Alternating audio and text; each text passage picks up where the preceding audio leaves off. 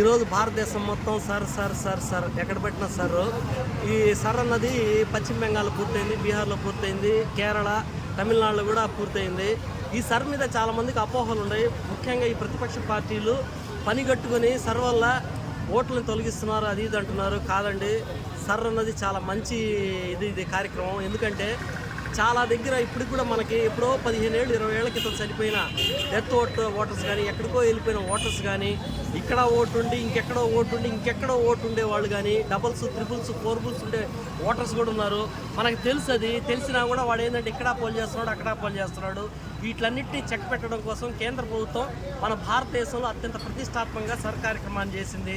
ఇందులో భాగంగా పశ్చిమ బెంగాల్లో 91 లక్షల ఓట్లు పోయాయని చెప్పి ప్రతిపక్షాలు గగ్గోలు చేసినాయి. కానీ అందులో ముఖ్యంగా 60 లక్షల ఓటర్లు డెత్తులు అనేవి ఎప్పటికైనా తీయాల్సిందే.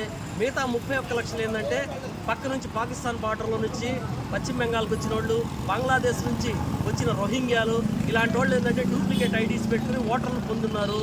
మొన్న ఏం చేశారంటే ఎంక్వైరీ కమిషన్ రండి మీకు ఓటు ఇస్తామంటే ఆ 30 లక్షల మంది దొంగచాటుకు వెళ్ళిపోయారు. ఎందుకంటే ఈ దొంగ ఓట్లు అయ్యి అసలు మొన్న జరిగిన ఎన్నికల్లో మీరు చూసుకుంటే మమతా బెనర్జీకి బీజేపీకి మధ్య ఉన్న వ్యత్యాసం 2%.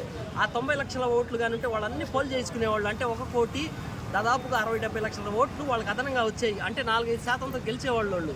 ఎందుకంటే అన్నీ మాట్లాడుతుంటారు ఫండమెంటల్ రైట్స్, రాజ్యాంగం గురించి. భారతదేశంలో రాజ్యాంగం ప్రతి ఒక్కడికి 1 ఓటు మాత్రమే హక్కు కల్పించింది. భారతదేశంలో ఎక్కడైనా ఉండొచ్చు, 3, 4, 5 ఏమో. ఇప్పుడు అన్ని పార్టీలకి మేలే, ఇది అర్థం చేసుకోవట్లేదు. అన్ని పార్టీలకి మేలే, ఉన్న ఓట్లతోనే మనం ఎలక్షన్కి పోతాం.